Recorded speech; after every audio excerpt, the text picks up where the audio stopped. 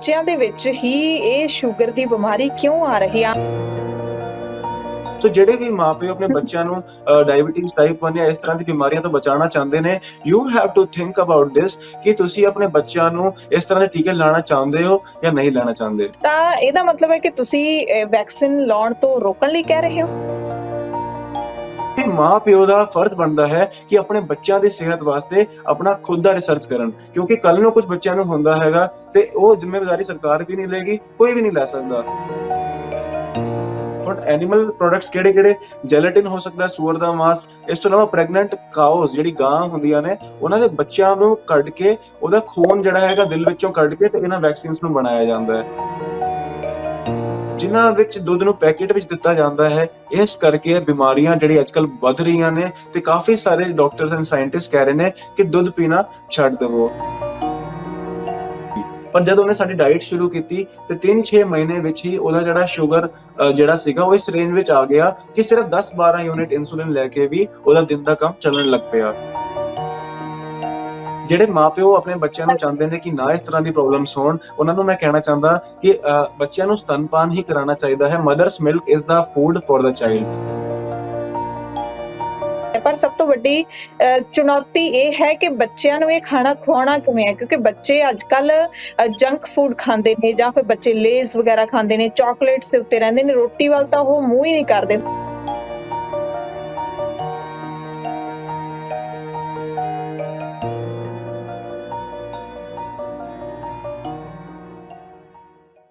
Sugar ਦੀ ਬਿਮਾਰੀ ਦਾ ਕਿਵੇਂ ਆਪਣੀ ਰਸੋਈ ਦੇ ਵਿੱਚ ਹੀ ਜੋ ਪਦਾਰਥ ਮੌਜੂਦ ਹੁੰਦੇ ਨੇ ਉਹਦੇ ਨਾਲ ਇਲਾਜ ਕੀਤਾ ਜਾ ਸਕਦਾ ਹੈ, ਗੋਲੀ ਤੋਂ ਛੁਟਕਾਰਾ ਪਾਇਆ ਜਾ ਸਕਦਾ ਹੈ। ਉਹ ਸ਼ੂਗਰ ਦੀ ਬਿਮਾਰੀ ਦੇ ਵਿੱਚ ਕਾਫੀ ਮਾਹਿਰਤਾ ਰੱਖਦੇ ਨੇ ਡਾਕਟਰ ਸਾਹਿਬ। ਤੇ ਜਿਹੜਾ ਪਿਛਲੀ ਵਾਰ ਆਪਾਂ ਸਭ ਤੋਂ ਪਹਿਲਾ ਪ੍ਰੋਗਰਾਮ ਸ਼ੁਰੂ ਕੀਤਾ ਸੀ, ਇਸ ਨਵੇਂ ਪ੍ਰੋਗਰਾਮ ਦਾ ਸਭ ਤੋਂ ਪਹਿਲਾ ਪਾਰਟ ਕੀਤਾ ਸੀ ਆਪਾਂ, ਉਹ ਵੀ ਡਾਇਬਟੀਜ਼ ਨੂੰ ਲੈ ਕੇ ਸੀ, ਸ਼ੂਗਰ ਨੂੰ ਲੈ ਕੇ। ਤੁਸੀਂ ਸਾਰੇ ਦਰਸ਼ਕਾਂ ਨੇ ਬਹੁਤ ਹੀ ਉਸ ਪ੍ਰੋਗਰਾਮ ਨੂੰ ਹੁੰਗਾਰਾ ਦਿੱਤਾ ਹੈ, ਬਹੁਤ ਹੀ ਪਸੰਦ ਕੀਤਾ ਹੈ ਅਤੇ ਬਹੁਤ ਸਾਰੇ ਸਵਾਲ ਵੀ ਸਾਨੂੰ ਤੁਹਾਡੇ ਮਿਲੇ ਨੇ। ਬਹੁਤ ਸਾਰੇ ਸਵਾਲ ਆਏ ਨੇ ਬੱਚਿਆਂ ਦੇ ਵਿੱਚ ਜਿਹੜੀ ਸ਼ੂਗਰ ਦੀ ਬਿਮਾਰੀ ਹੈ ਉਸ ਨੂੰ ਲੈ ਕੇ। ਸੋ ਅੱਜ ਆਪਾਂ ਡਾਕਟਰ ਸਾਹਿਬ ਤੋਂ ਖਾਸ ਤੌਰ ਤੇ ਬੱਚਿਆਂ ਦੇ ਅੰਦਰ ਜਿਹੜੀ ਸ਼ੂਗਰ ਪਾਈ ਜਾਂਦੀ ਹੈ ਤੇ ਕਿਸ ਤਰੀਕੇ ਦੇ ਨਾਲ ਉਸ ਸ਼ੂਗਰ ਦਾ ਬੱਚਿਆਂ ਦੇ ਅੰਦਰ ਬਚਪਨ ਦੇ ਵਿੱਚ ਹੀ ਆਪਾਂ ਕੰਟਰੋਲ ਕਰ ਸਕਦੇ ਹਾਂ, ਉਸ ਬਿਮਾਰੀ ਨੂੰ ਕੰਟਰੋਲ ਕਰ ਸਕਦੇ ਹਾਂ, ਉਸ ਤੇ ਆਪਾਂ ਅੱਜ ਗੱਲਬਾਤ ਕਰਾਂਗੇ। ਸੋ ਡਾਕਟਰ ਕਮਲਪ੍ਰੀਤ ਸਿੰਘ ਸਾਡੇ ਨਾਲ ਜੁੜ ਚੁੱਕੇ ਨੇ ਸਿੱਧਾ ਕੈਨੇਡਾ ਤੋਂ। ਡਾਕਟਰ ਸਾਹਿਬ ਬਹੁਤ-ਬਹੁਤ ਸਵਾਗਤ ਹੈ ਸਾਡੇ ਖਾਸ ਪ੍ਰੋਗਰਾਮ ਦੇ ਵਿੱਚ। ਸਤਿ ਸ਼੍ਰੀ ਅਕਾਲ ਜੀ। ਵਾਹਿਗੁਰੂ ਜੀ ਕਾ ਖਾਲਸਾ, ਵਾਹਿਗੁਰੂ ਜੀ ਕੀ ਫਤਿਹ ਜੀ। ਸੋ ਡਾਕਟਰ ਸਾਹਿਬ ਕੀ ਹਾਲ ਚਾਲ ਨੇ ਤੁਹਾਡੇ? ਪ੍ਰੋਗਰਾਮ ਬਹੁਤ ਵਧੀਆ ਗਿਆ ਹੈਗਾ, ਪਹਿਲਾ ਬਹੁਤ ਦਰਸ਼ਕਾਂ ਨੇ ਪਸੰਦ ਕੀਤਾ ਹੈ, ਉਹਦੇ ਲਈ ਤੁਹਾਨੂੰ ਅਸੀਂ ਜ਼ਰੂਰ ਵਧਾਈਆਂ ਦੇਵਾਂਗੇ। ਹਾਂਜੀ, ਬਹੁਤ-ਬਹੁਤ ਧੰਨਵਾਦ ਜੀ। ਤੇ ਮੈਂ ਵੀ ਚੜ੍ਹਦੀ ਕਲਾ ਵਿੱਚ ਹਾਂ ਤੇ ਮੈਂ ਦੇਖ ਰਿਹਾ ਸੀਗਾ ਕਿ 2 ਲੱਖ ਆਲਮੋਸਟ ਸਾਡੇ ਵਿਊਜ਼ ਆ ਚੁੱਕੇ ਆ ਉਸ ਵੀਡੀਓ ਤੇ ਇੱਕ ਹਫ਼ਤੇ ਦੇ ਅੰਦਰ ਜੀ। ਸੋ ਡਾਕਟਰ ਸਾਹਿਬ ਡਾਇਬਟੀਜ਼ ਜਿਹੜੀ ਬੱਚਿਆਂ ਦੇ ਵਿੱਚ ਪਾਈ ਜਾਂਦੀ ਹੈ ਉਹ ਤੇ ਆਪਾਂ ਗੱਲਬਾਤ ਕਰਾਂਗੇ ਕਿ ਬੱਚਿਆਂ ਦੇ ਵਿੱਚ ਹੀ ਇਹ ਸ਼ੂਗਰ ਦੀ ਬਿਮਾਰੀ ਕਿਉਂ ਆ ਰਹੀ ਹੈ। ਆਮ ਤੌਰ ਤੇ ਪਹਿਲਾਂ ਆਪਾਂ ਸੁਣਦੇ ਹੁੰਦੇ ਸੀ ਕਿ ਘਰ ਦੇ ਵੱਡੇ ਬਜ਼ੁਰਗਾਂ ਨੂੰ ਇਹ ਬਿਮਾਰੀ ਹੋ ਰਹੀ ਹੈ, ਤੇ ਇਹ ਜਿਹੜਾ ਬੱਚਿਆਂ ਦੇ ਵਿੱਚ ਡਾਇਬਟੀਜ਼ ਦੀ ਬਿਮਾਰੀ ਪੈਦਾ ਹੋ ਰਹੀ ਹੈ, ਇਹ ਕੀ ਅੱਜ ਦੇ ਜ਼ਮਾਨੇ ਦੇ ਵਿੱਚ ਹੀ ਹੋ ਰਹੀ ਹੈ? ਅੱਜ ਦਾ ਜਿਹੜਾ ਲਾਈਫ ਸਟਾਈਲ ਚੇਂਜ ਹੋਇਆ ਉਸ ਕਰਕੇ ਬਿਮਾਰੀ ਆ ਰਹੀ ਹੈ? ਕੀ ਤੁਹਾਡੀ ਖੋਜ ਹੈ ਇਸ ਦੇ ਬਾਰੇ? ਹਾਂ, ਡਾਇਬੀਟੀਜ਼ ਟਾਈਪ 1 ਕਿਉਂ ਹੋ ਰਿਹਾ ਹੈ ਉਸ ਤੋਂ ਪਹਿਲਾਂ ਆਪਾਂ ਥੋੜਾ ਜਿਹਾ ਸਮਝ ਲਈਏ ਕਿ ਇਹ ਬਿਮਾਰੀ ਹੈ ਕੀ। ਸੋ ਜਿਵੇਂ ਕਿ ਤੁਸੀਂ ਸਾਰੇ ਜਾਣਦੇ ਹੀ ਹੋ, this is an autoimmune disorder. Autoimmune disorder ਦਾ ਮਤਲਬ ਹੈ ਕਿ ਤੁਹਾਡੀ ਬਾਡੀ ਦੀ ਜਿਹੜੀ ਇਮਿਊਨਿਟੀ ਹੈ, ਜਿਹੜੀ ਰੋਗ ਪ੍ਰਤੀਰੋਧਕ ਸ਼ਮਤਾ ਹੈ, ਇਹ ਕਿਸੇ ਫੋਰਨ ਇਨਵੇਡਰ ਨੂੰ ਤੇ ਆਪਣੀ ਬਾਡੀ ਦੇ ਜਿਹੜੇ ਪੈਨਕ੍ਰੀਏਟਿਕ ਬੀਟਾ ਸੈਲਸ ਨੇ ਇਹਦੇ ਵਿੱਚ ਡਿਫਰੈਂਸ ਨਹੀਂ ਸਮਝ ਪਾ ਰਿਹਾ, ਔਰ as a result body the immunity ਹੀ ਆਪਣੇ ਹੀ ਬਾਡੀ ਦੇ ਚੰਗੇ ਸੈਲਸ ਨੂੰ ਵੀ ਮਾਰਨਾ ਸ਼ੁਰੂ ਕਰ ਦਿੰਦੀ ਹੈ। ਮੈਂ ਇੱਕ ਐਗਜ਼ਾਮਪਲ ਨਾਲ, ਉਦਾਹਰਨ ਨਾਲ ਸਮਝਾਉਣ ਦੀ ਕੋਸ਼ਿਸ਼ ਕਰਦਾ।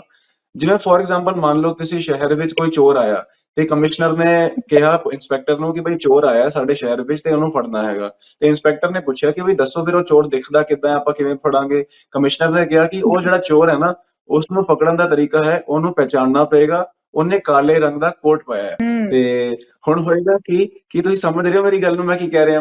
ਹੁਣ ਜਦ ਇੰਸਪੈਕਟਰ ਜਾਏਗਾ ਤੇ ਜਿੰਨੇ ਲੋਕਾਂ ਨੇ ਕਾਲੇ ਰੰਗ ਦਾ ਕੋਟ ਪਾਇਆ ਹੋਏਗਾ ਉਹ ਸਾਰੇ ਫੜੇ ਜਾਣਗੇ, ਤੇ ਮੈਂ ਵੀ ਕਾਲਾ ਪਾਇਆ ਤੇ ਹੋ ਸਕਦਾ ਮੈਂ ਵੀ ਫੜਾ ਜਾਵਾਂ। ਕਹਿੰਦਾ ਭਾਵ ਇਹ ਹੈ ਕਿ ਡਿਫਰੈਂਸ਼ੀਏਟ ਨਹੀਂ ਹੋ ਪਾਇਆ ਕਿ ਚੋਰ ਕਿਹੜਾ ਹੈਗਾ ਤੇ ਸਾਧਾਰਨ ਮਨੁੱਖ ਕਿਹੜਾ ਹੈ ਜਿਹਨੇ ਨਾਰਮਲ ਕਾਲਾ ਕੋਟ ਪਾਇਆ ਹੋਇਆ ਸੀਗਾ। ਸੋ ਐਜ਼ ਅ ਰਿਜ਼ਲਟ ਜਿਹੜੀ ਬਾਡੀ ਦੀ ਇਮਿਊਨਿਟੀ ਹੈ, ਜਿਹੜਾ ਡਿਫੈਂਸ ਮੈਕੈਨਿਜ਼ਮ ਹੈ, ਉਹ ਨਾ ਸਿਰਫ ਉਸ ਚੋਰ ਨੂੰ ਪਕੜਨ ਦੀ ਕੋਸ਼ਿਸ਼ ਕਰੇਗਾ ਬਲਕਿ ਆਪਣੀ ਬਾਡੀ ਦੇ ਚੰਗੇ ਸੈਲਸ ਨੂੰ ਵੀ ਮਾਰਨਾ ਸ਼ੁਰੂ ਕਰ ਦੇਗਾ। ਤੇ ਹੋਏਗਾ ਕਿ ਜੇ ਉਹਨੇ ਬਾਡੀ ਦੀ ਪੈਨਕ੍ਰੀਆਟਿਕ ਬੀਟਾ ਸੈਲਸ ਨੂੰ ਅਟੈਕ ਕਰਨਾ ਸ਼ੁਰੂ ਕਰਤਾ ਤੇ ਐਜ਼ ਅ ਰਿਜ਼ਲਟ ਉਹ ਪੈਨਕ੍ਰੀਆਟਿਕ ਬੀਟਾ ਸੈਲਸ ਜੋ ਇਨਸੂਲਿਨ ਨੂੰ ਬਣਾਉਂਦੇ ਸੀਗੇ ਉਹ ਡਿਸਟਰੋਏ ਹੋਣੇ ਸ਼ੁਰੂ ਹੋ ਜਾਣਗੇ। ਉਹ ਡਿਸਟਰੋਏ ਹੋਣੇ ਸ਼ੁਰੂ ਜੀ ਹੋ ਜਾਣਗੇ ਤੇ ਇਨਸੂਲਿਨ ਪ੍ਰੋਪਰਲੀ ਬਣੇਗਾ ਨਹੀਂ ਤੇ ਜਿੰਨਾ ਸ਼ੂਗਰ ਨੂੰ ਰੈਗੂਲੇਟ ਕਰਨ ਵਾਸਤੇ ਸਾਨੂੰ ਇਨਸੂਲਿਨ ਚਾਹੀਦਾ ਸੀਗਾ ਉਹਦੀ ਕਮੀ ਹੋਣ ਕਰਕੇ ਸਾਡੇ ਖੂਨ ਦੇ ਵਿੱਚ ਸ਼ੂਗਰ ਦੀ ਮਾਤਰਾ ਬਹੁਤ ਜ਼ਿਆਦਾ ਹੋ ਜਾਏਗੀ, ਜਿਸ ਕਰਕੇ ਸਾਨੂੰ ਕੁਝ ਲੱਛਣ ਆਣੇ ਸ਼ੁਰੂ ਹੋ ਜਾਣਗੇ, ਜਿਵੇਂ ਡਾਇਬੀਟੀਜ਼ ਟਾਈਪ 1 ਦੇ ਕੇਸ ਵਿੱਚ ਹੁੰਦਾ ਹੈ ਕਿ ਬਾਰ-ਬਾਰ ਪਿਸ਼ਾਬ ਆਉਂਦਾ ਹੈ, ਬਾਰ-ਬਾਰ ਪਿਆਸ ਲੱਗਦੀ ਹੈ, ਅਚਾਨਕ ਤੋਂ ਬੱਚੇ ਦਾ weight loss ਹੋ ਜਾਂਦਾ ਹੈ, ਥਕਾਨ ਵੀਕਨੈਸ ਲੱਗਦੀ ਹੈ। ਸੋ ਇਸ ਤਰ੍ਹਾਂ ਦੇ ਸਿੰਪਟਮਸ ਜਿਹੜੇ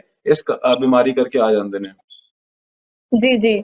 ਸੋ ਡਾਕਟਰ ਸਾਹਿਬ ਜਿਹੜਾ ਹੈਗਾ ਤੁਸੀਂ ਪਹਿਲਾਂ ਜਿਵੇਂ ਜਦੋਂ ਆਪਾਂ ਪਿਛਲਾ ਪ੍ਰੋਗਰਾਮ ਕੀਤਾ ਸੀ ਤਾਂ ਜਿਹੜੀ ਵੱਡਿਆਂ ਦੇ ਅੰਦਰ ਸ਼ੂਗਰ ਆ ਉਹਨੂੰ ਤੁਸੀਂ ਟਾਈਪ 2 ਡਾਇਬੀਟੀਜ਼ ਦੱਸਿਆ ਸੀ, ਬੱਚਿਆਂ ਵਾਲੀ ਦਾ ਨਾਮ ਜਿਹੜਾ ਹੈਗਾ ਡਾਇਬੀਟੀਜ਼ 1 ਦੱਸਿਆ। ਇਹਨਾਂ ਦੇ ਵਿੱਚ ਫਰਕ ਹੈਗਾ, ਕੋਈ ਕੀ ਫਰਕ ਹੈ? ਹਾਂਜੀ ਹਾਂਜੀ ਹਾਂਜੀ, ਇਹਨਾਂ ਵਿੱਚ ਫਰਕ ਹੈਗਾ। ਜਿਹੜੀ ਟਾਈਪ 2 ਡਾਇਬੀਟੀਜ਼ ਹੁੰਦੀ ਹੈ that is a metabolic disorder. ਉਹਦੇ ਵਿੱਚ ਕੀ ਹੁੰਦਾ ਹੈ, ਜੀ ਬੋਡੀ ਦੀ ਪੈਨਕ੍ਰੀਆਸ ਇਨਸੂਲਿਨ ਬਣਾਉਂਦੀ ਤਾਂ ਹੈ ਲੇਕਿਨ ਉਹ ਇਨਸੂਲਿਨ ਜਿਹੜਾ ਹੈ ਬੋਡੀ ਪ੍ਰੋਪਰਲੀ ਯੂਟਿਲਾਈਜ਼ ਨਹੀਂ ਕਰ ਪਾਉਂਦੀ ਕਿਉਂਕਿ ਬੋਡੀ ਵਿੱਚ ਇਨਸੂਲਿਨ ਰੈਸਿਸਟੈਂਸ ਹੋ ਜਾਂਦਾ ਹੈ, ਯਾਨੀ ਕਿ ਇਨਸੂਲਿਨ ਬਣ ਰਿਹਾ ਹੈ ਪਰ ਯੂਜ਼ ਨਹੀਂ ਹੋ ਪਾ ਰਿਹਾ ਤੇ ਉਹਨੂੰ ਯੂਜ਼ ਕਰਨ ਨਾ ਹੋਣ ਦਾ ਕਾਰਨ ਇਹ ਹੁੰਦਾ ਹੈ ਕਿ ਸਾਡੀ ਲਾਈਫ ਸਟਾਈਲ ਇਸ ਤਰ੍ਹਾਂ ਹੋ ਗਿਆ ਹੈ ਤੇ ਐਕਸਰਸਾਈਜ਼ ਅਸੀਂ ਨਹੀਂ ਕਰਦੇ, ਰਿਫਾਈਨਡ ਚੀਜ਼ਾਂ ਬਹੁਤ ਜ਼ਿਆਦਾ ਖਾਂਦੇ ਨੇ, ਰॉ ਫਰੂਟਸ ਐਂਡ ਜੀ ਵੈਜੀਟੇਬਲਸ ਬਹੁਤ ਘੱਟ ਖਾਂਦੇ ਨੇ, ਫਾਈਬਰ ਘੱਟ ਖਾਂਦੇ ਨੇ, ਜਿਸ ਕਰਕੇ ਸਾਡੇ ਜਿਹੜਾ ਇਨਸੂਲਿਨ ਹੈਗਾ ਉਹ ਪ੍ਰੋਪਰਲੀ ਯੂਟਿਲਾਈਜ਼ ਨਹੀਂ ਹੋ ਪਾ ਰਿਹਾ ਸਾਡੇ ਲਾਈਫ ਸਟਾਈਲ ਕਰਕੇ। ਜੇ ਅਸੀਂ ਆਪਣਾ ਲਾਈਫ ਸਟਾਈਲ ਸੁਧਾਰਨਾ ਸ਼ੁਰੂ ਕਰ ਦਈਏ ਤੇ ਧੀਰੇ ਧੀਰੇ ਮੈਟਾਬੋਲਿਜ਼ਮ ਠੀਕ ਹੋ ਜਾਂਦਾ ਹੈ ਐਂਡ ਡਾਇਬੀਟੀਜ਼ ਟਾਈਪ 2 ਬੜੀ ਛੇਤੀ ਠੀਕ ਹੋ ਜਾਂਦੀ ਹੈ। ਲੇਕਿਨ ਟਾਈਪ 1 ਦੇ ਕੇਸ ਵਿੱਚ it is an autoimmune disease ਤੇ ਇਹਦੇ ਵਿੱਚ ਤਾਂ ਫਰਕ ਹੁੰਦਾ ਹੈ। ਤੇ ਤੁਸੀਂ ਸਵਾਲ ਪਹਿਲਾਂ ਪੁੱਛਿਆ ਸੀਗਾ ਕਿ ਇਹ ਅੱਜ ਦੇ ਦਹਾਕੇ ਵਿੱਚ ਜ਼ਿਆਦਾ ਦੇਖਣ ਨੂੰ ਮਿਲ ਰਿਹਾ ਹੈ ਜਾਂ ਅੱਜ ਤੋਂ ਪਹਿਲਾਂ ਵੀ ਹੁੰਦਾ ਸੀ, ਰਾਈਟ? ਬਿਲਕੁਲ ਜੀ ਜੀ ਜੀ, ਤੁਸੀਂ ਆਪ ਸੋਚੋ ਜਦ ਜਿਸ ਵੇਲੇ ਆਪਾਂ ਸਕੂਲ ਵਿੱਚ ਪੜ੍ਹਦੇ ਸੀਗੇ ਜਾਂ ਆਪਾਂ ਛੋਟੇ ਹੁੰਦੇ ਸੀ, ਤੁਸੀਂ ਕਿੰਨੇ ਬੱਚਿਆਂ ਨੂੰ ਸੁਣਿਆ ਸੀਗਾ ਕਿ ਡਾਇਬੀਟੀਜ਼ ਹੁੰਦੀ ਹੈ? ਤੁਸੀਂ ਦੱਸੋ। ਬਿਲਕੁਲ। ਮੈਂ ਕਿਸੇ ਨੂੰ ਨਹੀਂ ਸੁਣਿਆ ਸੀ, ਮੈਂ ਤਾਂ ਸਗੋਂ ਸਾਡੇ ਘਰ ਦੇ ਵਿੱਚ ਵੀ ਸਗੋਂ ਮੇਰੇ ਦਾਦਾ ਜੀ ਨੂੰ ਮੇਰੇ ਦਾਦੀ ਜੀ ਨੂੰ ਸ਼ੂਗਰ ਸੀ ਤਾਂ ਮੈਨੂੰ ਲੱਗਦਾ ਹੁੰਦਾ ਸੀ ਕਿ ਬਜ਼ੁਰਗਾਂ ਦੀ ਬਿਮਾਰੀ ਹੈ, ਸ਼ਾਇਦ ਵੱਡੇ ਹੋ ਕੇ ਹੀ ਲੱਗਦੀ ਹੈ। ਜੀ ਬਿਲਕੁਲ, ਲੇਕਿਨ ਅੱਜ ਦੇ ਡੇਟ ਵਿੱਚ ਬਹੁਤ ਸਾਰੇ ਬੱਚੇ ਇਸ ਦੁਨੀਆ ਵਿੱਚ ਨੇ ਜਿਨ੍ਹਾਂ ਨੂੰ ਛੋਟੀ ਉਮਰ ਵਿੱਚ ਹੀ ਡਾਇਬੀਟੀਜ਼ ਹੋ ਰਹੀ ਹੈ, ਯਾਨੀ 2 ਸਾਲ ਦੀ ਉਮਰ ਵਿੱਚ, 3 ਸਾਲ ਦੀ ਉਮਰ ਵਿੱਚ। ਮੇਰੇ ਕੋਲ ਵੀ ਕਾਫੀ ਸਾਰੇ ਇਸ ਤਰ੍ਹਾਂ ਦੇ ਕਲਾਇੰਟਸ ਨੇ। ਸੋ ਮੈਂ ਇਸ ਜੀ ਚੀਜ਼ ਬਾਰੇ ਖੋਜ ਕਰਨ ਦੀ ਕਾਫੀ ਕੋਸ਼ਿਸ਼ ਕੀਤੀ ਔਰ ਜਿਹੜੀ ਅੱਜਕੱਲ ਜਿਹੜੀ ਮਾਡਰਨ ਮੈਡੀਕਲ ਇੰਡਸਟਰੀ ਹੈ ਉਹਨਾਂ ਦੇ ਅਕੋਰਡਿੰਗ ਡਾਇਬੀਟੀਜ਼ ਟਾਈਪ 1 ਜਿਹੜੀ ਹੈ ਇਹ ਜੈਨੇਟਿਕ ਡਿਸਆਰਡਰ ਹੈ, ਯਾਨੀ ਮਾਂ ਪਿਓ ਤੋਂ ਹੋ ਸਕਦੀ ਹੈ ਜਾਂ ਇਹਦਾ ਕਾਰਨ ਅਨਨੋਨ ਹੈ, ਯਾਨੀ ਪਤਾ ਨਹੀਂ ਕਿਸੇ ਨੂੰ ਵੀ ਕਿ ਕਿਉਂ ਹੋ ਰਹੀ ਹੈ। ਲੇਕਿਨ ਜਿਵੇਂ ਜਿਵੇਂ ਮੈਂ ਰਿਸਰਚ ਕਰਦਾ ਗਿਆ ਤੇ ਮੇਰੇ ਅੱਗੇ ਬੜੀ ਸ਼ੌਕਿੰਗ ਫਾਈਂਡਿੰਗਸ ਆਉਂਦੀਆਂ ਗਈਆਂ। ਦੇਖੋ, ਛੋਟੇ ਬੱਚਿਆਂ ਨੇ ਕੋਈ ਇਸ ਤਰ੍ਹਾਂ ਦੀ ਮਾੜੀ ਚੀਜ਼ ਤਾਂ ਕੋਈ ਖਾਧੀ ਨਹੀਂ, ਕੋਈ ਚੀਜ਼ ਪੀਤੀ ਨਹੀਂ ਕਿ ਉਹਨਾਂ ਨੂੰ ਡਾਇਬੀਟੀਜ਼ ਹੋ ਜਾਵੇ। ਸੋ ਉਹਨਾਂ ਨੂੰ ਲਾਈਫ ਜੀ ਸਟਾਈਲ ਕਰਕੇ ਤਾਂ ਇਹ ਪ੍ਰੋਬਲਮ ਹੈ ਨਹੀਂ। ਸੋ ਹੁਣ ਜੀ ਸੈਕੰਡਲੀ ਚੀਜ਼ ਜਿਹੜੀ ਸਾਡੇ ਸਾਹਮਣੇ ਆਈ ਉਹ ਇਹ ਹੈ ਕਿ ਅੱਜ ਤੋਂ 40-50 ਸਾਲ ਪਹਿਲੇ ਛੋਟੇ ਬੱਚਿਆਂ ਨੂੰ ਪੈਦਾ ਹੁੰਦੇ ਸਾਰ ਦੁਨੀਆ ਭਰ ਦੇ ਟੀਕੇ ਨਹੀਂ ਲਾਏ ਜਾਂਦੇ ਸੀ। ਅੱਜ ਦੇ ਡੇਟ ਵਿੱਚ ਛੋਟਾ ਬੱਚਾ, ਇੱਕ ਬੱਚਾ ਜਦ ਪੈਦਾ ਹੁੰਦਾ ਹੈ ਤੇ ਪੈਦਾ ਹੁੰਦੇ ਹੀ ਉਹਨੂੰ ਵਿਟਾਮਿਨ ਕੇ ਸ਼ਾਟ, ਹੈਪੇਟਾਈਟਿਸ ਦੇ ਟੀਕੇ ਲੱਗ ਜਾਂਦੇ ਨੇ, ਫਿਰ ਵੱਡਾ ਹੁੰਦਾ ਹੈ ਤੇ ਡੀ ਟੈਪ, MMR ਇਸ ਤਰ੍ਹਾਂ ਦੇ ਟੀਕੇ ਵੈਕਸੀਨਸ ਲੱਗਣੀਆਂ ਸ਼ੁਰੂ ਹੋ ਜਾਂਦੀਆਂ ਨੇ। ਔਰ ਇਹ ਜਿਹੜੀ ਵੈਕਸੀਨਸ ਹੁੰਦੀਆਂ ਨੇ ਇਹਨਾਂ ਦੇ ਜਿਹੜੇ ਇੰਗਰੀਡੀਐਂਟਸ ਹੁੰਦੇ ਨੇ ਉਹ ਬਹੁਤ ਹੀ ਜ਼ਿਆਦਾ ਕਹਿ ਲਓ ਖਤਰਨਾਕ ਇੱਕ ਤਰ੍ਹਾਂ ਨਾਲ ਹੁੰਦੇ ਨੇ। ਅਗਰ ਮੈਂ ਤੁਹਾਨੂੰ ਲਿਸਟ ਦੱਸਾਂ ਤੇ ਜਿਵੇਂ ਐਲੂਮੀਨੀਅਮ ਹੋ ਗਿਆ, ਗਲਾਈਫੋਸੇਟ ਹੋ ਗਿਆ, ਫਾਰਮੈਲਡੀਹਾਈਡ ਹੋ ਗਿਆ, ਗਲੂਟੈਰਾਲਡੀਹਾਈਡ ਹੋ ਗਿਆ, ਮਰਕਰੀ ਹੋ ਗਿਆ। ਇਸ ਤੋਂ ਇਲਾਵਾ ਉਹਨਾਂ ਵਿੱਚ ਐਨੀਮਲ ਪ੍ਰੋਡਕਟਸ ਪੈਂਦੇ ਨੇ ਔਰ ਇਸ ਤੋਂ ਇਲਾਵਾ ਅਬੋਰਟਡ ਫੀਟਲ ਸੈਲਸ ਪੈਂਦੇ ਨੇ। ਹੁਣ ਐਨੀਮਲ ਪ੍ਰੋਡਕਟਸ ਕਿਹੜੇ ਕਿਹੜੇ?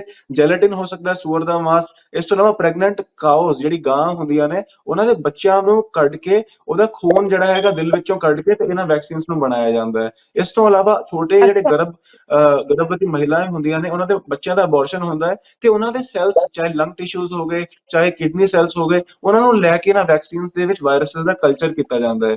ਸੋ ਇਹ ਜਿਹੜੀ ਸਾਰੀ ਹਮ ਚੀਜ਼ਾਂ ਨੇ these were suspected to cause autoimmune reactions ਤੇ ਬਹੁਤ ਸਾਰੇ ਦੁਨੀਆ ਦੇ ਸਾਇੰਟਿਸਟ, ਡਾਕਟਰਸ ਨੇ ਰਿਸਰਚ ਕੀਤਾ ਤੇ ਉਹਨਾਂ ਨੇ ਪਤਾ ਲਗਾਇਆ ਕਿ ਜਿਵੇਂ ਜਿਵੇਂ ਜਿੱਥੇ ਜਿੱਥੇ ਵੈਕਸੀਨਸ ਜ਼ਿਆਦਾ ਦਿੱਤੀਆਂ ਗਈਆਂ, ਟੀਕੇ ਜ਼ਿਆਦਾ ਦਿੱਤੇ ਗਏ, ਉਹਨਾਂ ਹੀ ਬੱਚਿਆਂ ਵਿੱਚ ਜ਼ਿਆਦਾ ਅਸਥਮਾ, ਜ਼ਿਆਦਾ ਐਲਰਜੀਜ਼, ਜ਼ਿਆਦਾ ਅਟੈਂਸ਼ਨ ਡੈਫਿਸਿਟ ਡਿਸਆਰਡਰਸ, ਜ਼ਿਆਦਾ ਔਟਿਜ਼ਮ ਤੇ ਜ਼ਿਆਦਾ ਡਾਇਬੀਟੀਜ਼ ਟਾਈਪ 1 ਪਾਇਆ ਗਿਆ। ਇਸ ਬੁੱਕ ਦੇ ਵਿੱਚ ਦ ਵੈਕਸੀਨ ਕ੍ਰਾਈਮ ਰਿਪੋਰਟ ਵਿੱਚ ਪੇਜ ਨੰਬਰ 73 ਦੇ ਉੱਤੇ ਮੈਂ ਉਹ ਸਾਰਾ ਰਿਸਰਚ ਐਵੀਡੈਂਸ ਜਿਹੜਾ ਹੈਗਾ ਸਾਇੰਟਿਸਟ ਨੇ ਦੁਨੀਆ ਵਿੱਚ ਜੋ ਕੀਤਾ ਜਿਹਦੇ ਵਿੱਚ ਇਹ ਪ੍ਰੂਫ ਹੁੰਦਾ ਹੈ ਕਿ ਵੈਕਸੀਨਸ ਲੈਣ ਦੇ ਨਾਲ ਟਾਈਪ 1 ਡਾਇਬੀਟੀਜ਼ ਹੋ ਸਕਦੀ ਹੈ, ਉਹ ਇਸ ਦੇ ਵਿੱਚ ਕੰਪਾਈਲ ਕਰਕੇ ਮੈਂ ਪਾਇਆ ਹੈ। ਸੋ ਜਿਹੜੇ ਵੀ ਮਾਪੇ ਆਪਣੇ ਬੱਚਿਆਂ ਨੂੰ ਡਾਇਬੀਟੀਜ਼ ਟਾਈਪ 1 ਜਾਂ ਇਸ ਤਰ੍ਹਾਂ ਦੀ ਬਿਮਾਰੀਆਂ ਤੋਂ ਬਚਾਉਣਾ ਚਾਹੁੰਦੇ ਨੇ, you have to think about this ਕਿ ਤੁਸੀਂ ਆਪਣੇ ਬੱਚਿਆਂ ਨੂੰ ਇਸ ਤਰ੍ਹਾਂ ਦੇ ਟੀਕੇ ਲਾਣਾ ਚਾਹੁੰਦੇ ਹੋ ਜਾਂ ਨਹੀਂ ਲੈਣਾ ਚਾਹੁੰਦੇ। ਪਰ ਡਾਕਟਰ ਸਾਹਿਬ ਇਹ ਤਾਂ ਫਿਰ ਤੁਸੀਂ ਬਹੁਤ ਵੱਡਾ ਸਵਾਲ ਖੜਾ ਕਰ ਰਹੇ ਹੋ ਨਾ, ਕਿਉਂਕਿ ਇਹ ਤਾਂ ਸਰਕਾਰ ਰਿਕਮੈਂਡ ਕਰ ਕਰਦੀ ਹੈ। ਇੱਕ ਜਿਵੇਂ ਮੈਂ ਪਿੰਡ ਦੇ ਵਿੱਚ ਰਹਿਣ ਵਾਲੀ ਹਾਂ, ਤਾਂ ਆਮ ਤੌਰ ਤੇ ਜੋ ਪਿੰਡ ਜਾਈਦਾ ਤਾਂ ਅਨਾਉਂਸਮੈਂਟ ਹੁੰਦੀ ਹੈ ਕਿ ਕੱਲ ਨੂੰ ਪਲਸ ਪੋਲੀਓ ਦੇ ਜਿਹੜੇ ਵੈਕਸੀਨ ਹੈ ਉਹ ਲੱਗਣੀ ਹੈ ਬੱਚਿਆਂ ਨੂੰ। ਬਹੁਤ ਤਰ੍ਹਾਂ ਦੀਆਂ ਵੈਕਸੀਨ ਹੁੰਦੀਆਂ ਨੇ, 5 ਮਹੀਨਿਆਂ ਤੋਂ ਬਾਅਦ ਲੱਗਣੀ ਹੈ, ਫਿਰ 18 ਮਹੀਨਿਆਂ ਤੋਂ ਬਾਅਦ, ਇਸ ਤਰੀਕੇ ਦੇ ਨਾਲ ਵੈਕਸੀਨਸ ਲੱਗਦੀਆਂ ਨੇ। ਤਾਂ ਇਹਦਾ ਮਤਲਬ ਹੈ ਕਿ ਤੁਸੀਂ ਵੈਕਸੀਨ ਲਾਉਣ ਤੋਂ ਰੋਕਣ ਲਈ ਕਹਿ ਰਹੇ ਹੋ? ਨਹੀਂ, ਮੈਂ ਇੱਥੇ ਸਰਕਾਰ ਨੂੰ ਇਹ ਨਹੀਂ ਕਹਿ ਰਿਹਾ ਕਿ ਵੈਕਸੀਨ ਨਹੀਂ ਲਾਣੀ ਬੱਚਿਆਂ ਨੂੰ, ਜਾਂ ਮਾਪਿਓ ਨੂੰ ਇਹ ਨਹੀਂ ਕਹਿ ਰਿਹਾ ਕਿ ਤੁਸੀਂ ਵੈਕਸੀਨ ਨਹੀਂ ਲਾਣੀ। ਮੈਂ ਇਹ ਕਹਿ ਰਿਹਾ ਕਿ ਜੀ। ਕੋਈ ਵੀ ਚੀਜ਼ ਹੁੰਦੀ ਹੈ ਉਹਦੇ ਕੁਝ ਬੈਨੀਫਿਟਸ ਹੁੰਦੇ ਨੇ, ਕੁਝ ਨੁਕਸਾਨ ਹੁੰਦੇ ਨੇ, ਤੇ ਤੁਸੀਂ ਕੋਈ ਵੀ ਚੀਜ਼ ਲੈਂਦੇ ਹੋ, ਫੋਰ ਐਗਜ਼ਾਮਪਲ ਕੋਈ ਗੱਡੀ ਹੀ ਖਰੀਦਦੇ ਹੋ, ਤੇ ਤੁਸੀਂ ਦੇਖਦੇ ਹੋ ਗੱਡੀ ਦਾ ਕਾਸਟ ਕਿੰਨੀ ਹੈਗੀ, ਗੱਡੀ ਦਾ ਮਾਈਲੇਜ ਕਿੰਨੀ ਹੈ, ਕਿੰਨੀ ਐਵਰੇਜ ਦਊਗੀ, ਕਿੰਨਾ ਉਹਦਾ ਰੀਸੇਲ ਵੈਲਿਊ ਹੈਗੀ, ਸਾਰੇ ਬੈਨੀਫਿਟ ਐਂਡ ਨੁਕਸਾਨ ਤੁਸੀਂ ਉਹਦੀ ਲੁੱਕ, ਡਿਜ਼ਾਈਨ ਸਾਰਾ ਕੁਝ ਦੇਖ ਕੇ ਲੈਂਦੇ ਹੋ। ਇਸੇ ਤਰ੍ਹਾਂ ਸਾਡੀ ਕੋਈ ਜੀ। ਮੈਡੀਸਿਨਸ ਅਗਰ ਆਪਾਂ ਦੇਖੀਏ ਤੇ ਕੁਝ ਹਰ ਮੈਡੀਸਿਨ ਦਾ ਕੋਈ ਫਾਇਦਾ ਹੈ, ਕੋਈ ਨੁਕਸਾਨ ਹੈ, ਕੋਈ ਸਾਈਡ ਇਫੈਕਟਸ ਨੇ, ਕੋਈ ਬੈਨੀਫਿਟਸ ਨੇ। ਤੁਸੀਂ ਕੀ ਦੇਖਣਾ ਹੈ ਕਿ ਇਸ ਮੈਡੀਸਿਨ ਦੇ ਜਾਂ ਵੈਕਸੀਨ ਦੇ ਬੈਨੀਫਿਟ ਜ਼ਿਆਦਾ ਨੇ ਜਾਂ ਨੁਕਸਾਨ ਜ਼ਿਆਦਾ ਨੇ।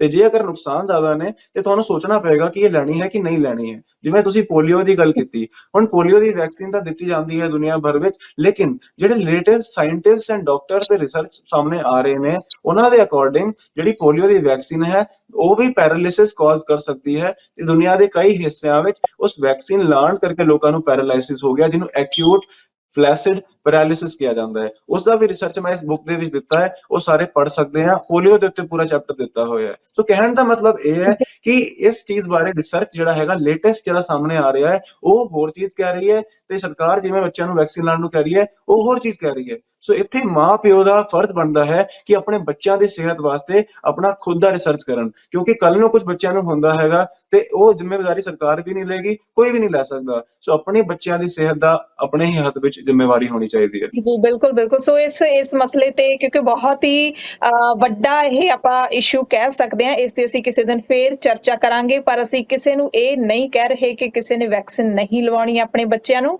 ਸੋ ਇਹ ਇੱਕ ਦੂਸਰਾ ਪੱਖ ਹੈ, ਕਿਉਂਕਿ ਪਲਸ ਪੋਲੀਓ ਮੁਹਿੰਮ ਹੈ ਜਿਹੜੀ ਉਹ ਕਈ ਸਾਲਾਂ ਤੋਂ ਚੱਲ ਰਹੀ ਹੈ। ਉਹਦਾ ਸਰਕਾਰ ਦਾ ਜਿਹੜਾ ਮਕਸਦ ਹੈ, ਸਰਕਾਰ ਦਾ ਇੱਕ ਉਦੇਸ਼ ਹੈ ਕਿ ਪੂਰੇ ਭਾਰਤ ਦੇ ਵਿੱਚੋਂ ਜਿਹੜਾ ਪੋਲੀਓ ਦੀ ਬਿਮਾਰੀ ਨੂੰ ਖਤਮ ਕਰਨਾ ਹੈ, ਤੇ ਕਿਤੇ ਨਾ ਕਿਤੇ ਉਹ ਅਸਰਦਾਰ ਵੀ ਰਹੀ ਹੈ। ਖੈਰ, ਇਸ ਮਸਲੇ ਤੇ ਆਪਾਂ ਕਿਸੇ ਦਿਨ ਹੋਰ ਗੱਲ ਕਰ ਸਕਦੇ ਹਾਂ। ਸੋ ਆਪਾਂ ਤੁਸੀਂ ਐਨੀਮਲ ਪ੍ਰੋਡਕਟਸ ਦੀ ਗੱਲ ਕੀਤੀ ਸੀ, ਤੇ ਜੇ ਆਪਾਂ ਹੁਣ ਮਿਲਕ ਪ੍ਰੋਡਕਟਸ ਦੀ ਗੱਲ ਕਰ ਲਈਏ, ਡਾਕਟਰ ਸਾਹਿਬ, ਐਨੀਮਲ ਪ੍ਰੋਡਕਟਸ ਤੁਸੀਂ ਦੱਸਿਆ ਕਿ ਉਹ ਵੈਕਸੀਨਸ ਦੇ ਵਿੱਚ ਪਾਏ ਜਾਂਦੇ ਨੇ ਕਿਤੇ ਨਾ ਕਿਤੇ, ਕਿਸੇ ਨਾ ਕਿਸੇ ਤਰੀਕੇ ਦੇ ਵਿੱਚ।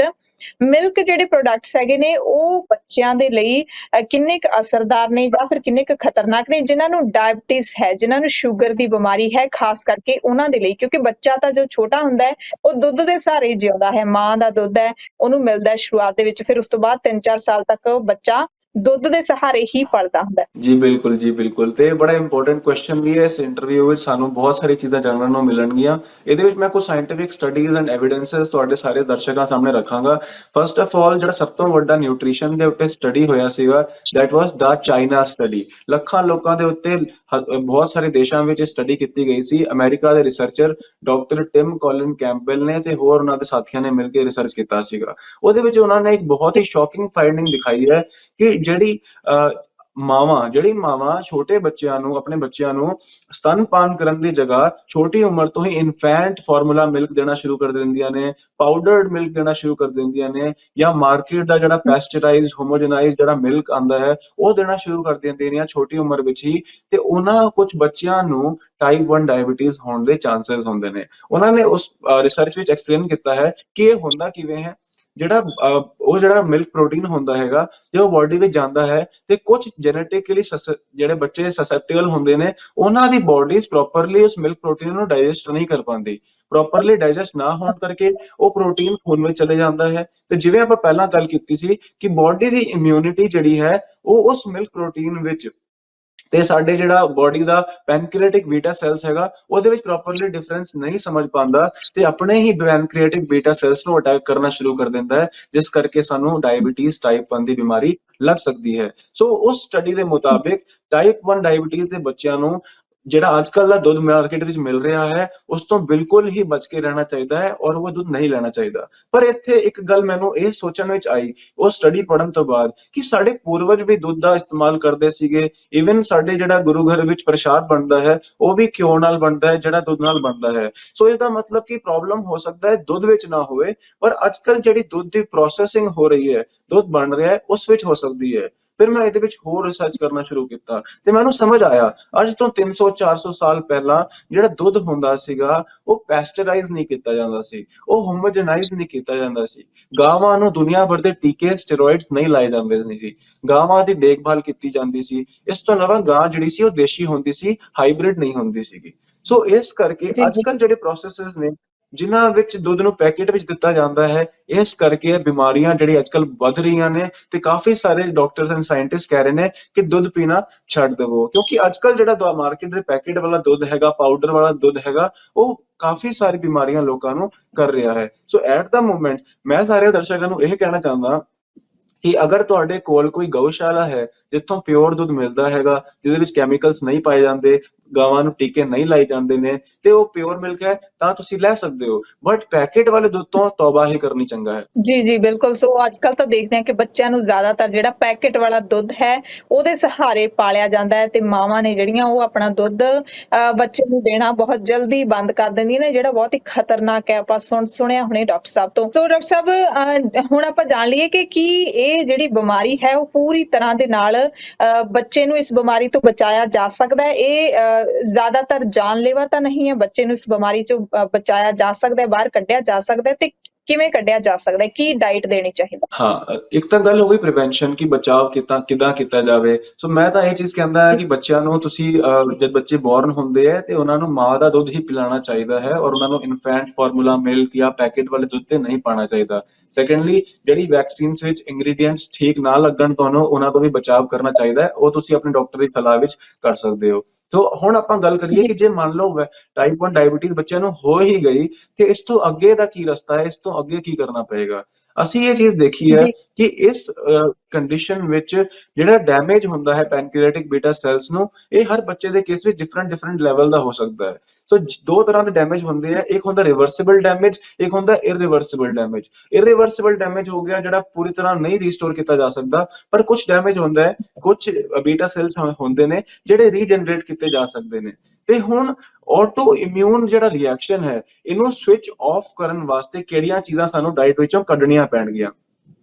ਜਿਵੇਂ ਆਪਾਂ ਗੱਲ ਕੀਤੀ ਸੀ ਡੇਅਰੀ ਪ੍ਰੋਡਕਟਸ, ਕੋਈ ਵੀ ਦੁੱਧ ਤੋਂ ਬਣੀ ਚੀਜ਼, ਐਨੀਮਲ ਦਾ ਪ੍ਰੋਡਕਟ ਜਿਹੜਾ ਹੈਗਾ, ਐਨੀਮਲ ਫੂਡ ਕੱਢਣਾ ਪਏਗਾ।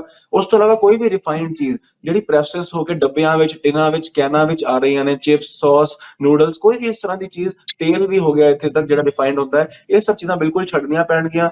ਸਾਰੇ ਐਨੀਮਲ ਪ੍ਰੋਡਕਟਸ ਬੰਦ ਕਰਨੇ ਪੈਣਗੇ ਔਰ ਕੁਝ ਕੇਸਿਸ ਵਿੱਚ ਗ੍ਰੇਨਸ ਨਾਲ, ਯਾਨੀ ਜਿਹੜੀ ਗੇਹੂੰ ਹੋ ਗਈ ਜਾਂ ਹੋਰ ਅਨਾਜ ਹੁੰਦੇ ਆ, ਇਹਦੇ ਨਾਲ ਵੀ ਆਟੋ ਇਮਿਊਨ ਰਿਐਕਸ਼ਨ ਟ੍ਰਿਗਰ ਹੋ ਸਕਦਾ ਹੈ। ਸੋ ਕੁਝ ਟਾਈਮ ਵਾਸਤੇ ਇਹਨਾਂ ਨੂੰ ਵੀ ਬਾਹਰ ਕੱਢਣਾ ਪਏਗਾ। ਤੇ ਕੁਝ ਚੀਜ਼ਾਂ ਹੁੰਦੀਆਂ ਨੇ ਜਿਹੜੇ ਆਟੋ ਇਮਿਊਨ ਰਿਐਕਸ਼ਨਸ ਨੂੰ ਸਟਾਪ ਕਰਦੀਆਂ ਨੇ, ਹੋਲਡ ਕਰਦੀਆਂ ਨੇ। ਉਹ ਹੁੰਦੀਆਂ ਨੇ ਫਰੂਟਸ, ਉਹ ਹੁੰਦੇ ਨੇ ਗ੍ਰੀਨ ਵੈਜੀਟੇਬਲਸ, ਗ੍ਰੀਨ ਲੀਵਸ, ਇਸ ਤੋਂ ਇਲਾਵਾ ਨਟਸ ਹੋ ਗਏ, ਮੇਵੇ ਹੋ ਗਏ, ਸਪਰਾਊਟਸ ਹੋ ਗਏ, ਸੀਡਸ ਹੋ ਗਏ। ਇਹ ਜਿਹੜੀ ਸਾਰੀ ਚੀਜ਼ਾਂ ਨੇ, ਇਹਨਾਂ ਦੀ ਆਪਾਂ ਨੂੰ ਡਾਈਟ ਵਿੱਚ ਸ਼ਾਮਲ ਕਰਨਾ ਪਏਗਾ। तो जद ਆਪਾਂ ਜਿਸ ਦਿਨ ਸਾਨੂੰ ਇਹ ਡਾਇਗਨੋਸ ਹੋਇਆ ਉਸੇ ਦਿਨ ਹੀ ਅਗਰ ਅਸੀਂ ਆਪਣੇ ਬੱਚੇ ਦੀ ਡਾਈਟ ਵਿੱਚ fruits, vegetables, green leaves, nuts, seeds, sprouts ਇਹ ਚੀਜ਼ਾਂ ਐਡ ਕਰ ਦਈਏ ਤੇ ਜਿਹੜੀ ਬਾਕੀ ਚੀਜ਼ਾਂ ਮੈਂ ਦਸੀਆਂ, ਗ੍ਰੇਨਸ ਹੋ ਗਈਆਂ, ਐਨੀਮਲ ਪ੍ਰੋਡਕਟਸ ਹੋ ਗਏ ਤੇ ਰਿਫਾਈਨਡ ਚੀਜ਼ਾਂ ਹੋ ਗਈਆਂ, ਅਗਰ ਆਪਾਂ ਇਹ ਕੱਢ ਦਈਏ ਤੇ ਦੇਖਿਆ ਜਾ ਸਕਦਾ ਹੈ ਕਿ ਥੋੜੇ ਟਾਈਮ ਬਾਅਦ ਉਹਨਾਂ ਦੀ ਸ਼ੂਗਰ ਰੈਗੂਲੇਟ ਹੋ ਕੇ ਇੱਕ ਨਾਰਮਲ ਰੇਂਜ ਵਿੱਚ ਆ ਜਾਂਦੀ ਹੈ, if this is done at the time of diagnosis. ਲੇਕਿਨ ਅਗਰ ਕਾਫੀ ਟਾਈਮ ਤੋਂ 4 ਸਾਲ, 5 ਸਾਲ, 10 ਸਾਲ ਤੋਂ ਡਾਇਬੀਟੀਜ਼ ਟਾਈਪ 1 ਹੋਵੇ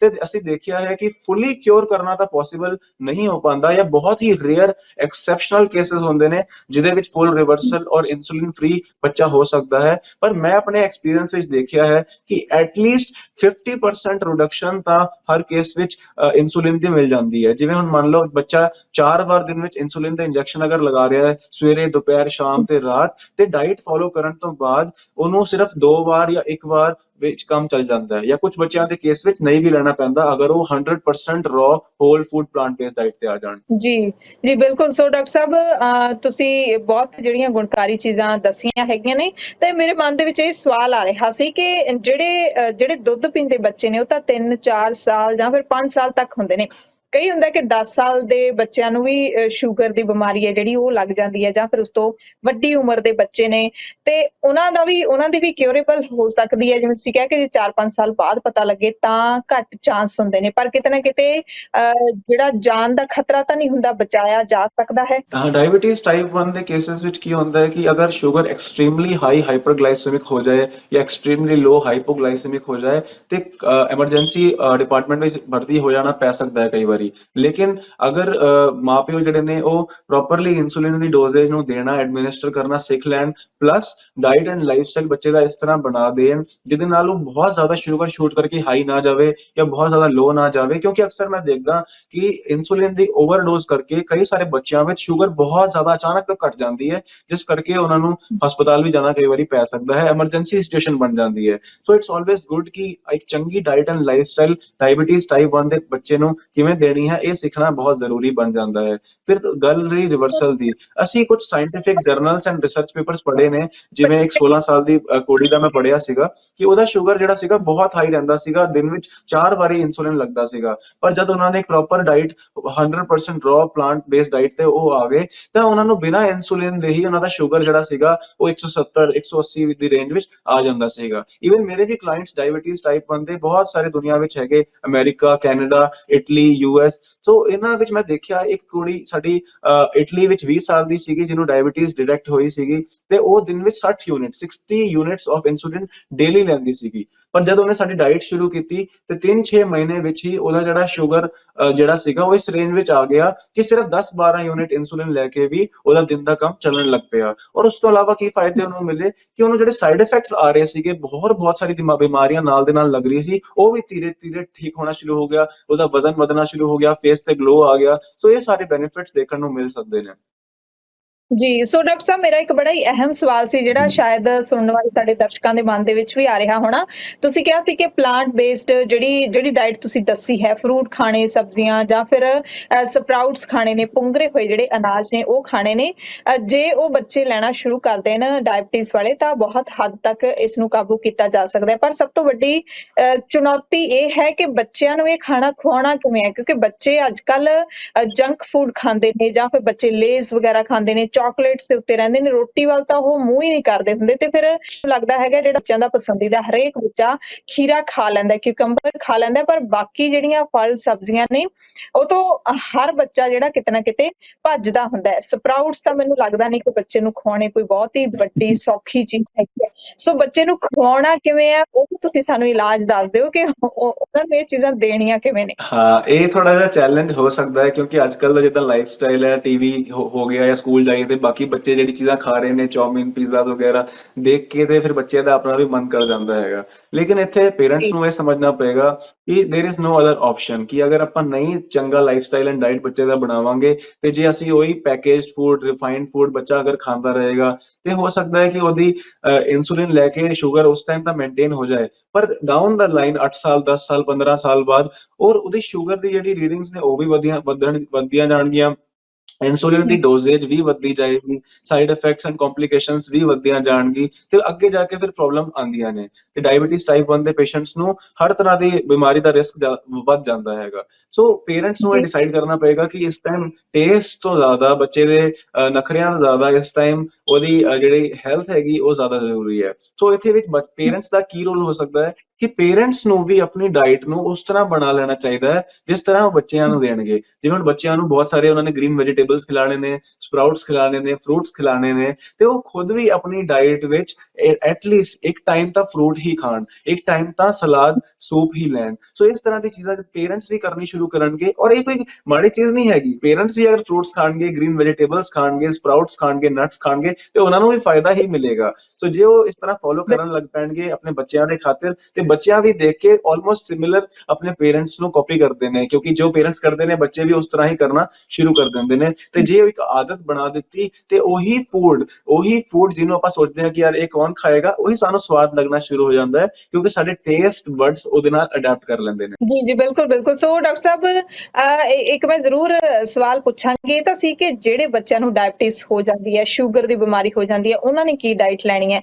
ਸੋ ਇਹ ਬਿਮਾਰੀ ਲੱਗੇ ਹੀ ਨਾ ਬੱਚਿਆਂ ਦਾ ਸ਼ੁਰੂਆਤ ਤੋਂ ਕੀ ਕੀ ਭੋਜਨ ਹੋਣਾ ਚਾਹੀਦਾ ਹੈ, ਉਹ ਵੀ ਆਪਾਂ ਇੱਕ ਵਾਰੀ ਫੇਰ ਦੁਬਾਰਾ ਦੱਸ ਦਈਏ। ਹਾਲਾਂਕਿ ਆਪਣੇ ਸਾਰੇ ਪ੍ਰੋਗਰਾਮ ਦੇ ਵਿੱਚ ਇਸੇ ਤੇ ਹੀ ਗੱਲ ਕੀਤੀ ਗਈ ਹੈ ਕਿ ਇਸ ਤਰ੍ਹਾਂ ਦਾ ਜਿਹੜਾ ਭੋਜਨ ਦੇਣਾ ਚਾਹੀਦਾ। ਇੱਕ ਵਾਰੀ ਬਰੀਫ ਦੇ ਵਿੱਚ ਜ਼ਰੂਰ ਦੱਸੋ ਕਿ ਕਿਸੇ ਬੱਚੇ ਨੂੰ ਇਹ ਬਿਮਾਰੀ ਹੋਵੇ ਹੀ ਨਾ, ਸਾਡਾ ਕਿਸ ਤਰ੍ਹਾਂ ਦਾ ਭੋਜਨ ਹੈ ਜਿਹੜਾ ਉਹ ਹੋਣਾ ਚਾਹੀਦਾ ਹੈ, ਕੁਦਰਤੀ ਭੋਜਨ ਕਿਸ ਤਰੀਕੇ ਦਾ ਹੋਣਾ ਚਾਹੀਦਾ ਹੈ, ਤੇ ਉਸਦੇ ਨਾਲ ਹੀ ਤੁਸੀਂ ਇਹ ਵੀ ਜ਼ਰੂਰ ਦੱਸਿਓ ਕਿ ਜਿਹੜਾ ਕੁਦਰਤੀ ਇਲਾਜ ਹੈ ਤੇ ਨਾਲ ਹੀ ਜਿਹੜਾ ਐਲੋਪੈਥਿਕ ਇਲਾਜ ਹੈ ਉਹਦੇ ਵਿੱਚ ਕਿੰਨਾ ਕੁ ਫਰਕ ਹੁੰਦਾ ਹੈ। ਹਾਂ, ਜਿਵੇਂ ਹੁਣ ਐਲੋਪੈਥਿਕ ਇਲਾਜ ਦੀ ਆਪਾਂ ਗੱਲ ਕਰੀਏ ਤੇ ਉਹਦੇ ਵਿੱਚ ਅਗਰ ਜਿਸ ਦਿਨ ਪਹਿਲੀ ਗੱਲ ਤਾਂ ਜਿਵੇਂ ਬੱਚੇ ਨੂੰ ਪ੍ਰੋਬਲਮ ਆਉਂਦੀ ਹੈ, ਬਹੁਤ ਜ਼ਿਆਦਾ ਪਿਸ਼ਾਬ ਕਰਤਾ ਹੈ, ਬਹੁਤ ਥੱਕਿਆ ਹੁੰਦਾ ਹੈ, weight loss ਹੋਣਾ ਸ਼ੁਰੂ ਹੋ ਜਾਂਦਾ ਹੈ ਤੇ ਸਮਝ ਆ ਜਾਂਦਾ ਹੈ ਕਿ ਕੋਈ ਪ੍ਰੋਬਲਮ ਹੈ, ਤੇ ਜਿਵੇਂ ਡਾਕਟਰ ਕੋਲ ਜਾਂਦੇ ਆ, ਸ਼ੂਗਰ ਚੈੱਕ ਹੁੰਦਾ ਹੈ ਤੇ ਉਹ ਸਿੱਧਾ 400 500 600 ਤੱਕ ਪਹੁੰਚਿਆ ਹੁੰਦਾ ਹੈ ਤੇ ਡਾਕਟਰ ਉਸ ਟਾਈਮ ਕਹਿੰਦਾ ਹੈ ਕਿ ਹੁਣ ਇਨਸੂਲਿਨ ਥੈਰੇਪੀ ਸ਼ੁਰੂ ਕਰਨੀ ਪਏਗੀ ਤੇ ਉਸ ਦਿਨ ਤੋਂ ਇਨਸੂਲਿਨ ਥੈਰੇਪੀ ਸ਼ੁਰੂ ਹੋ ਜਾਂਦੀ ਹੈ ਔਰ ਡਾਕਟਰ ਕੋਈ ਹੋਰ ਚੀਜ਼ ਨਹੀਂ ਦੱਸਦੇ ਕਿ ਇਸ ਤੋਂ ਇਲਾਵਾ ਕੀ ਚੀਜ਼ ਕੀਤੀ ਜਾ ਸਕਦੀ ਹੈ।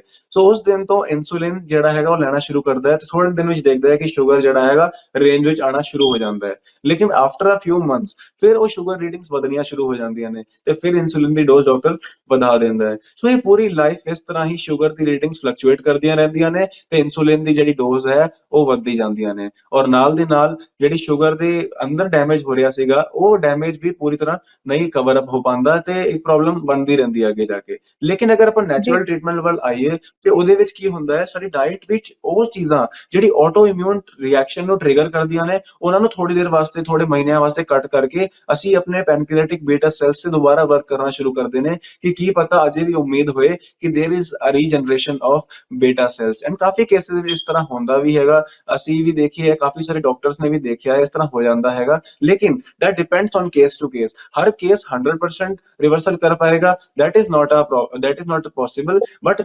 benefit and relief ਸਾਰਿਆਂ ਨੂੰ ਮਿਲਦਾ ਹੈਗਾ ਐਂਡ ਕੁਝ ਰੇਅਰ ਕੇਸਿਸ, ਐਕਸੈਪਸ਼ਨਲ ਕੇਸਿਸ ਪੂਰੀ ਤਰ੍ਹਾਂ ਵੀ ਇਨਸੂਲਿਨ ਫ੍ਰੀ ਹੋ ਜਾਂਦੇ ਨੇ ਅਗਰ ਉਹ ਪ੍ਰੋਪਰ ਇੱਕ ਡਾਈਟ ਤੇ ਆ ਜਾਣ। ਸੋ ਇਹ ਡਿਫਰੈਂਸ ਹੁੰਦਾ ਹੈਗਾ ਨੈਚੁਰੋਪੈਥਿਕ ਤੇ ਐਲੋਪੈਥਿਕ ਅਪਰੋਚ ਦਾ। ਤੇ ਹੁਣ ਆਪਾਂ ਗੱਲ ਕਰੀਏ ਕਿ ਪ੍ਰੀਵੈਂਟ ਕਿਵੇਂ ਕੀਤਾ ਜਾਵੇ। ਜਿਹੜੇ ਮਾਪਿਓ ਆਪਣੇ ਬੱਚਿਆਂ ਨੂੰ ਚਾਹੁੰਦੇ ਨੇ ਕਿ ਨਾ ਇਸ ਤਰ੍ਹਾਂ ਦੀ ਪ੍ਰੋਬਲਮਸ ਹੋਣ, ਉਹਨਾਂ ਨੂੰ ਮੈਂ ਕਹਿਣਾ ਚਾਹੁੰਦਾ ਕਿ ਬੱਚਿਆਂ ਨੂੰ ਸਤਨਪਾਨ ਹੀ ਕਰਾਉਣਾ ਚਾਹੀਦਾ ਹੈ। Mother's milk is the food for the child. ਉਹਨੂੰ ਇਨਫੈਂਟ ਫਾਰਮੂਲਾ ਜਾਂ ਚਾਕਲੇਟ ਪਾਊਡਰ ਇਹ ਸਭ ਚੀਜ਼ਾਂ ਦੇ ਕੇ ਨਹੀਂ ग्रो करना चाहिए हैगा। सैकेंडली आजकल ਜਿਹੜਾ ਚੌਮੀਨ, ਪੀਜ਼ਾ, 버ਗਰਸ ਔਰ ਇਸ ਤਰ੍ਹਾਂ ਦੇ ਆਇਲਸ ਤੇ ਚੀਜ਼ਾਂ ਚੱਲੀਆਂ ਨੇ, ਇਹਨਾਂ ਚੀਜ਼ਾਂ ਤੋਂ ਬਚਾ ਕੇ ਰੱਖਣਾ ਚਾਹੀਦਾ ਆਪਣੇ ਬੱਚਿਆਂ ਨੂੰ ਤੇ ਚੰਗਾ ਹੀ ਫੂਡ ਉਹਨਾਂ ਨੂੰ ਖਿਲਾਉਣਾ ਚਾਹੀਦਾ ਹੈਗਾ। ਔਰ ਸੈਕੰਡਲੀ ਜਿਵੇਂ ਆਪਾਂ ਗੱਲ ਕੀਤੀ ਸੀ ਕਿ ਕੈਮੀਕਲ ਬੇਸ ਜਿਹੜੇ ਟੀਕੇ ਨੇ ਉਹਨਾਂ ਨੂੰ ਵੀ ਜਾਗਰੂਕ ਹੋ ਕੇ ਉਹਦੀ ਸਟੱਡੀ ਕਰਕੇ ਤੇ ਉਹੀ ਟੀਕੇ ਲੈਣੇ ਚਾਹੀਦੇ ਨੇ ਜਿਹੜੇ ਸੇਫ ਲੱਗਣ। ਜਿਹੜਾ ਟੀਕਾ ਤੁਹਾਨੂੰ ਲੱਗੇ ਕਿ ਬਹੁਤ ਜ਼ਿਆਦਾ ਕੈਮੀਕਲਸ ਨੇ, ਨਹੀਂ ਠੀਕ ਲੱਗ ਰਿਹਾ, ਆਪਣੇ ਡਾਕਟਰ ਦੀ ਸਲਾਹ ਨਾਲ ਤੁਸੀਂ ਉਹ ਵੀ डिस्कस कर सकते हो।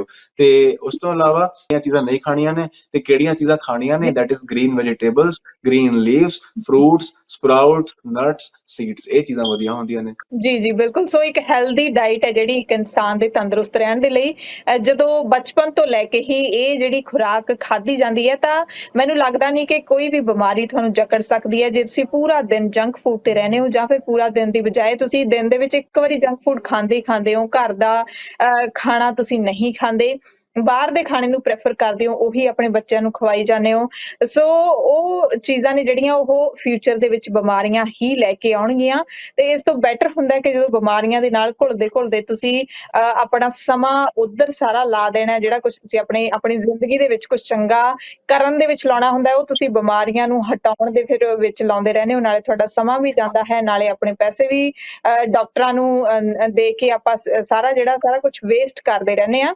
ਉਸ ਤੋਂ ਬੈਟਰ ਹੁੰਦਾ ਕਿ ਸ਼ੁਰੂ ਤੋਂ ਹੀ ਖੁਰਾਕ ਹੈ ਜਿਹੜੀ ਆਪਾਂ ਸਹੀ ਖਾਈਏ। ਸੋ ਡਾਕਟਰ ਸਾਹਿਬ ਨੇ ਜੋ ਆਪਾਂ ਨੂੰ ਗੱਲਾਂ ਦੱਸੀਆਂ ਨੇ ਜ਼ਰੂਰ ਆਪਾਂ ਉਹਨਾਂ ਨੂੰ ਫੋਲੋ ਕਰੀਏ ਤਾਂ ਕਿ ਭਵਿੱਖ ਹੈ ਜਿਹੜਾ ਸਾਡਾ ਤੰਦਰੁਸਤ ਰਹੇ ਅਤੇ ਖੂਬਸੂਰਤ ਰਹੇ।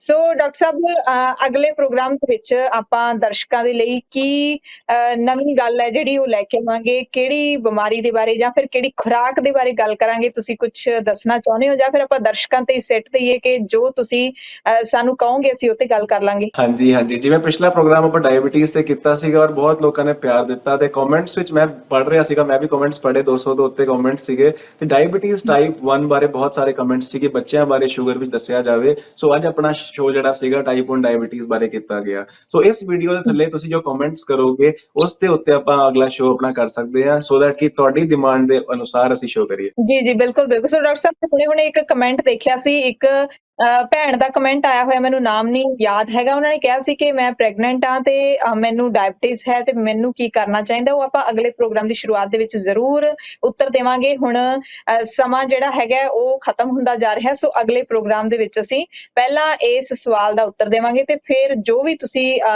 ਜਿਹੜੀ ਵੀ ਤੁਹਾਡੀ ਡਿਮਾਂਡ ਹੋਏਗੀ ਉਸੇ ਤੇ ਅਸੀਂ ਪ੍ਰੋਗਰਾਮ ਕਰਾਂਗੇ। ਸੋ ਸਾਰੇ ਦਰਸ਼ਕਾਂ ਦਾ ਬਹੁਤ-ਬਹੁਤ ਧੰਨਵਾਦ, ਡਾਕਟਰ ਕਮਲਪ੍ਰੀਤ ਸਿੰਘ ਦਾ ਬਹੁਤ-ਬਹੁਤ ਧੰਨਵਾਦ ਜਿਨ੍ਹਾਂ ਨੇ ਖਾਸ ਤੌਰ ਤੇ ਸਮਾਂ ਕੱਢਿਆ ਹੈ, ਕਿਉਂਕਿ ਜਿਸ ਵਕਤ ਆਪਾਂ ਪ੍ਰੋਗਰਾਮ ਕਰ ਰਹੇ ਹਾਂ ਪੰਜਾਬ ਦੇ ਵਿੱਚ ਤਾਂ ਇਸ ਵਕਤ ਰਾਤ ਹੋ ਰਹੀ ਹੈ ਤੇ ਕੈਨੇਡਾ ਦੇ ਵਿੱਚ ਦਿਨ ਚੜ ਰਿਹਾ। ਸੋ ਪੂਰਾ ਜਿਹੜਾ ਇਹ ਡਿਫਰੈਂਸ ਹੈ ਸਮੇਂ ਦਾ, ਉਹ ਵੀ ਕਿਤੇ ਨਾ ਕਿਤੇ ਇੱਕ ਚੈਲੰਜ ਹੁੰਦਾ ਹੈ ਕਨੈਕਟੀਵਿਟੀ ਦਾ। ਸੋ ਡਾਕਟਰ ਸਾਹਿਬ ਤੁਹਾਡਾ ਬਹੁਤ-ਬਹੁਤ ਧੰਨਵਾਦ, ਤੁਸੀਂ ਖਾਸ ਸਾਡੇ ਲਈ ਸਮਾਂ ਕੱਢਿਆ। ਅਗਲੇ ਹਫਤੇ ਫਿਰ ਮਿਲਦੇ ਹਾਂ Thank you so much. Thank you so much. ਜੀ। ਸਤਿ ਸ਼੍ਰੀ ਅਕਾਲ।